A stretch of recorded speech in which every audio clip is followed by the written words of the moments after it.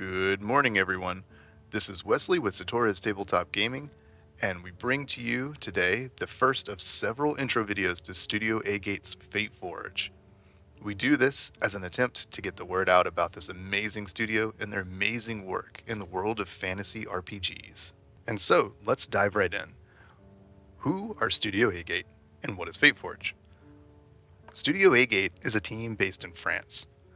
They specialize in creating imaginary worlds, and their works include Vermin 2047, Estern or Shadows of Estern, and Fateforge. Now, Fateforge itself is a brand new world and a modular rule system built on the existing Dungeons & Dragons 5e system. So if you already know how to play 5e, you're a step ahead and you can hop right in.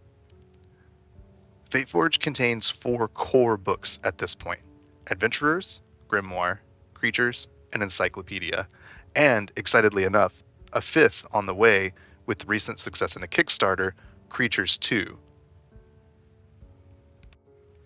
So now you may be asking, what is this modular system and how does it work? Well, the system itself is built right into the books via symbols and categories. So wherever in the book you find a particular symbol, it denotes an extra bit of information or a potential ruling that would lead the ambience of your overall game into one of these sets of categories. There are 5 main sets of categories on top of 3 additional symbols that cover a variety of optional playstyles or variant game mechanics. First up, we have Action. Straight from heroic fantasy, this icon indicates all the rules that offer epic options and put the character's features and achievements at the forefront of the stage.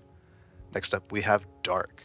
These rules indicated by this icon are all related to horror, madness, or corruption, making for a dark fantasy atmosphere. Next, Gritty. These are options if you want a harsh, more realistic combat gameplay, resulting in a tough playstyle where you won't make anything easy for your characters. Then we have Intrigue. These rules focus on the interactions between the characters, schemes, and plots between factions, and on anything that accentuates the roles of the characters and encourages their interpretation. We have Mystery. This icon designates rulings dealing with mysteries, supernatural elements, and anything related to secrets and arcana. And last but not least, we have 3 additional symbols that cover a variety of optional playstyles or variant game mechanics. I'll discuss these in further detail in another video later on. The first, Awakening. Whatever your character's class is, in order to be able to call upon their spells and magical abilities, they must have undergone an awakening. The spells and powers related to an awakening are preceded by this icon. Then we have Elusive Magic, where players do not get to handpick their spells during the creation and evolution of their characters. Learning new powers may require finding a mentor or sticking to a particular element or theme that your character portrays.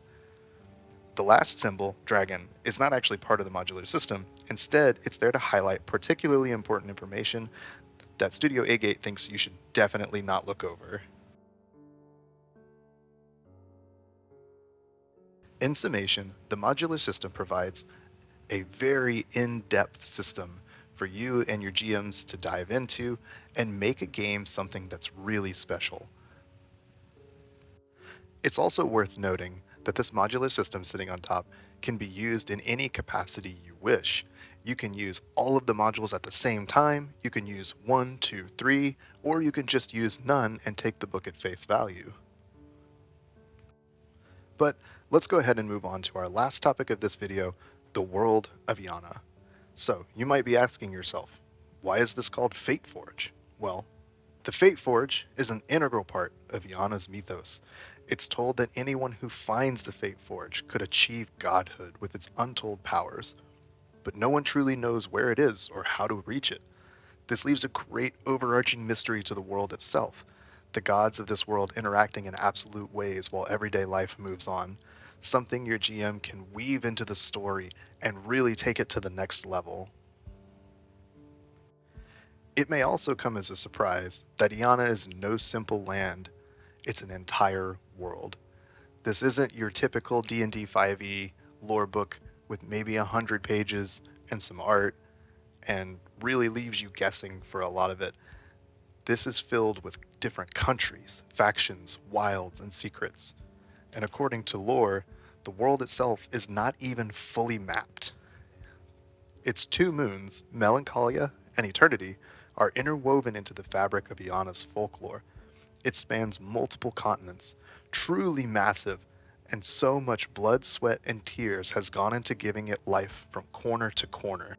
Well, at least I hope not a lot of blood actually went into the making of this, but still, it is just truly a masterpiece and a work of art in and of itself. And not to mention, the art in these books are absolutely stunning. But that is enough for now. If you're interested in hearing more, please subscribe and hit the like and notification bell as we have several more videos planned.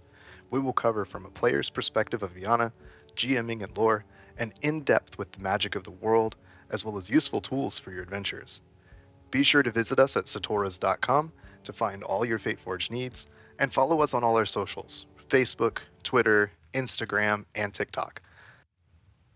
I really hope you enjoyed this video and that it gave you a better knowledge of what Fateforge is and what it can bring to you and your Dungeons & Dragons adventures. See you next time.